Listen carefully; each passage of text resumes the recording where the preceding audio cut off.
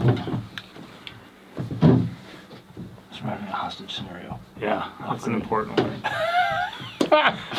All right, guys, Papa Pepper back once again. Today I've got Zac from An American Homestead here, and we've got one we've been trying to shoot for over half a year now. It's important, and I've been wanting to get this out, but I figured rather than just my talking head, I'll give you 2 talking heads for the price of one. So the subject matter today is going to be laughing at preppers, because if you think about preppers, I mean, people who are prepping, it may not always be that you got to learn how to survive a hostage scenario. I didn't even know they had magazines like this. Yeah, some friend gave us a bunch of these, but there's an attitude that's been out there for a really long time, and it's really interesting if you dissect it and break it apart, but it's laughing at preppers. Have you been exposed to that?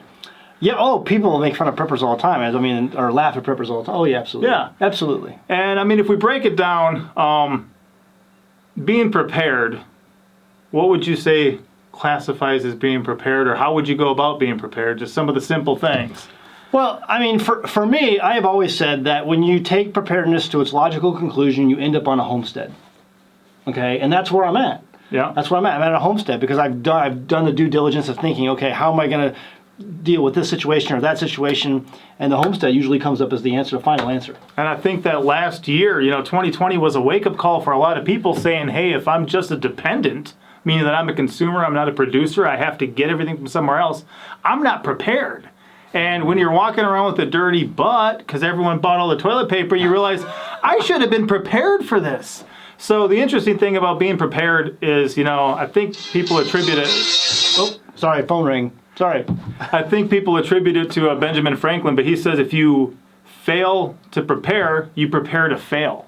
We know that the world we live in is not stasis, it's not stagnant, it changes constantly, and you're going to have needs. Somebody I ran into recently, I think they were asking like what I do for a living, but he says, hey, what do you do to survive?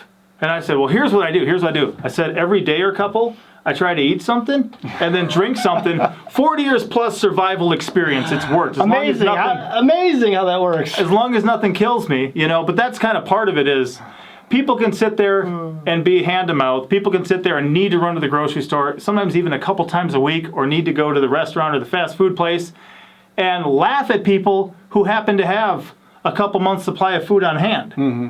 But even like last year, I evaluated a couple things because I knew that one way or another, they were not getting it dead on. Mm-hmm. If something bad is happening, they're either going to downplay it or they're going to blow it out of proportion. Mm-hmm. And I'm like, worst case scenario, we should be able to stay home for months. Yeah. And not need to interact with anybody and be just fine. Yeah. And I think a lot of things fall into that. No, that's a lot of ways I've evaluated things. Can I, if everything turned off tomorrow and I couldn't leave my homestead for months, could I be okay? Would my family be okay? Would we have food to eat? And the answer is absolutely yes. Now, things might not be exactly the way I want them. There's some things I do like to go out and get from time to time. Sure. But could I survive? Could I have food? Could I feed my family? Absolutely yes.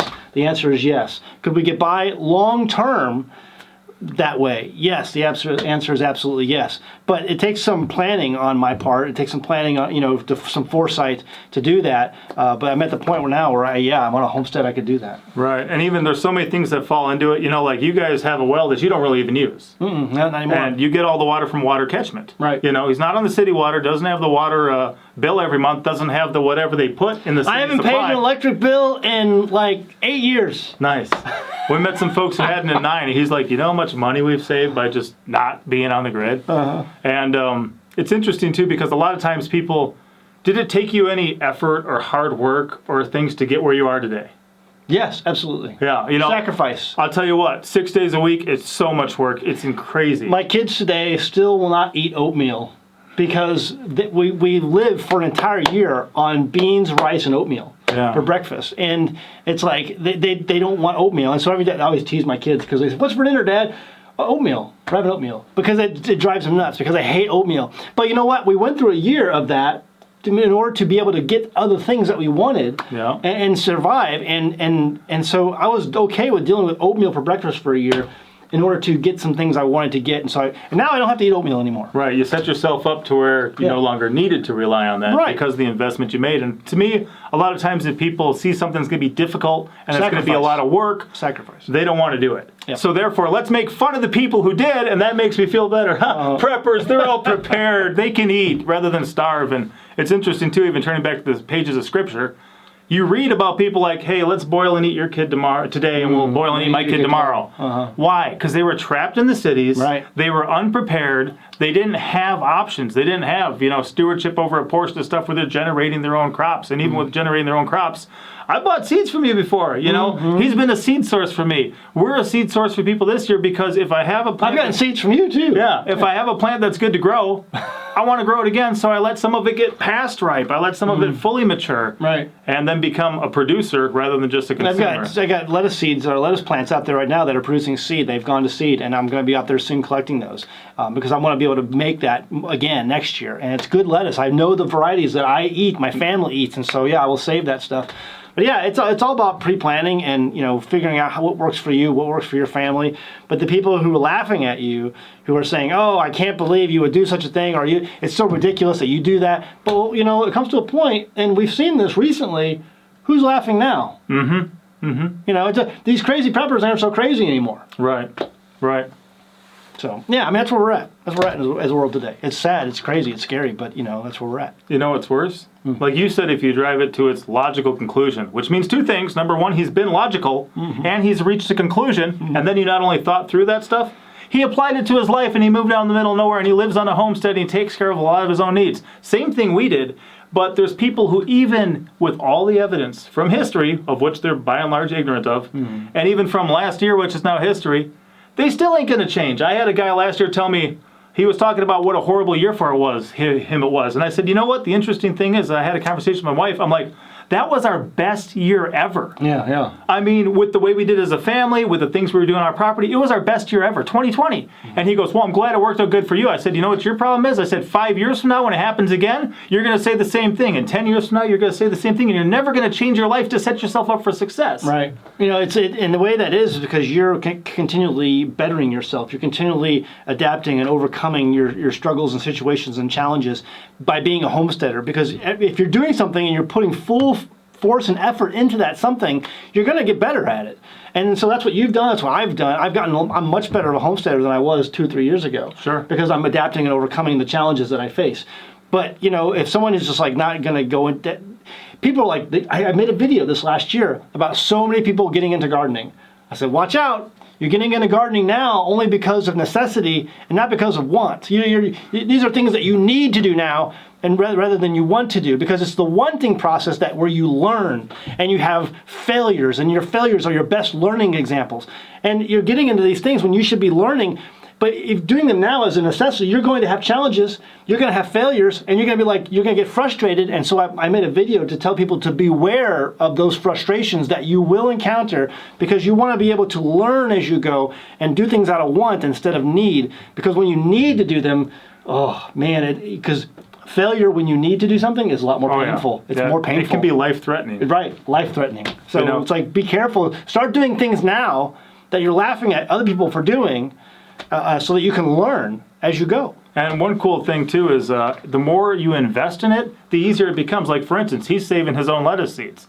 He does that for a couple generations. The seeds that he now has are not the same seeds he started with, even if it's the same kind of plant, because it's going to be more drought tolerant, more accustomed to his area. It's grown here for generations of the plants that did good, the ones he lets grow and save. Like, we have cilantro that makes it through the winter by us, and cilantro that doesn't. Yeah. So the stuff that makes it through the winter, I let go to seed, and I save that, and it becomes more and more cold hardy every year, and it's easier for me to grow cilantro through the whole year. That's great. Great. I can't believe you grow cilantro. I still can't do that.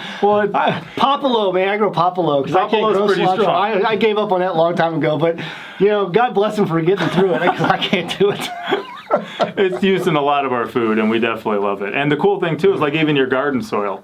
When you started with that garden, I assume it must have been woods. Yeah. And he's invested years of enriching the soil, making it better. So now his gardening, he's going to get a bigger return on his investment of putting in the seed because of everything he invested for the previous years. My soil is great right now, but it didn't start out that way. Right. It's really an amazing thing, my soil right now. Way different than what I started with. Yeah, which was probably rock and clay. Basically, yeah. Uh-huh. Maybe cedar needles or something. Yeah, it was not good, but it's great now. It's great that I can grow anything I want, basically. Yeah, and guys, Except cilantro. Here's the thing. You may not, there's people now who are not going to realize it's a good idea to be prepared. Hopefully, people are waking up, and I see that they are. People are making short-term sacrifices for living, with long-term goals. And we know a lot of families living in tents, living in campers, doing things in the short term so that they can get what they want. And a lot of them are doing it very wisely, too, in a way that they can avoid reoccurring costs. Mm-hmm. We dropped our cost of living so much by taking care of more of our own needs.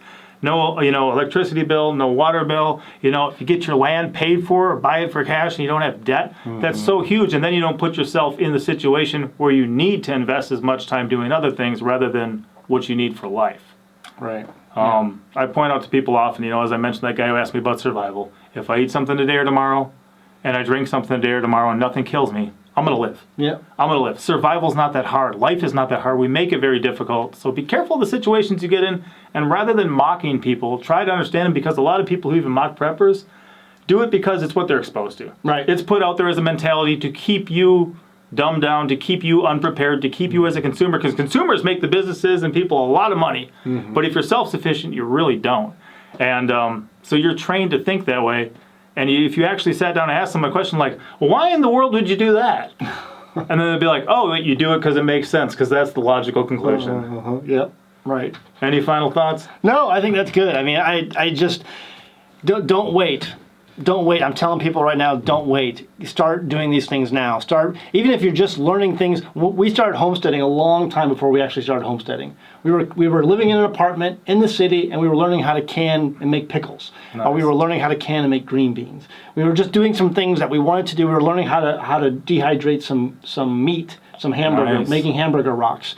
We were learning these things long before we ever became homesteaders. So that when you jump off, you make that jump off, the learning curve is a little bit less. You have some confidence behind you that you can take with you to face those challenges. Because it will be challenges. The first couple of years we were in survival mode.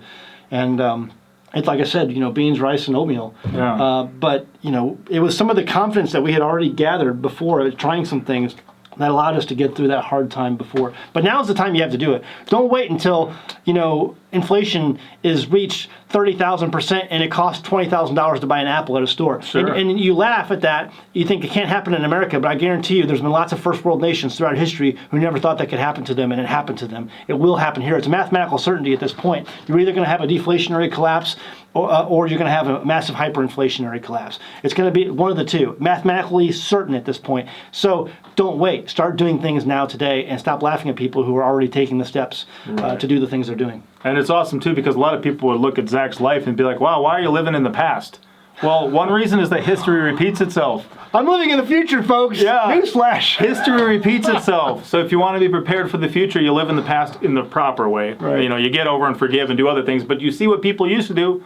Life hasn't changed that much. And, people often say that the best time to plant a garden is 2 months ago. You know why? Because then you'd be getting a harvest now. Yeah. But if you say, oh, I didn't do it 2 months ago, right. But if you do it now, then 2 months ago you don't have to say, oh, I didn't do it 2 months ago. No. You don't have to lament. Right. Do something. It grows in pots. It grows in windowsills. It can grow in your yard. You can hide it.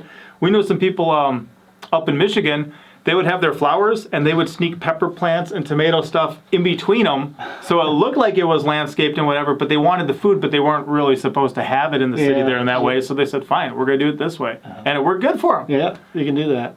All right, guys, check out Zac at An American Homestead. He's got a lot of good stuff, and he obviously has to censor himself and doesn't get to speak as openly and honestly as he wants to on some things, but he'll still give you a lot of truth. And you got something coming up in the future here too. I have a conference coming up at the Homesteading Expo. It's going to be in Marshfield, Missouri at the end of August 27th and 28th. I'll be speaking Friday at 2:30 p.m. on that date. And I will be mentioning some things I cannot mention on YouTube. I have, for instance, there's one thing you can be doing on your homestead that will always be able to allow you to feed your family, things I can't mention on YouTube. So it's like, come out, there's things I can say when we're offline that I can't say online. That's amazing. Mm-hmm. Yeah, it's crazy. All right, guys, we'll see you next time. Pop out.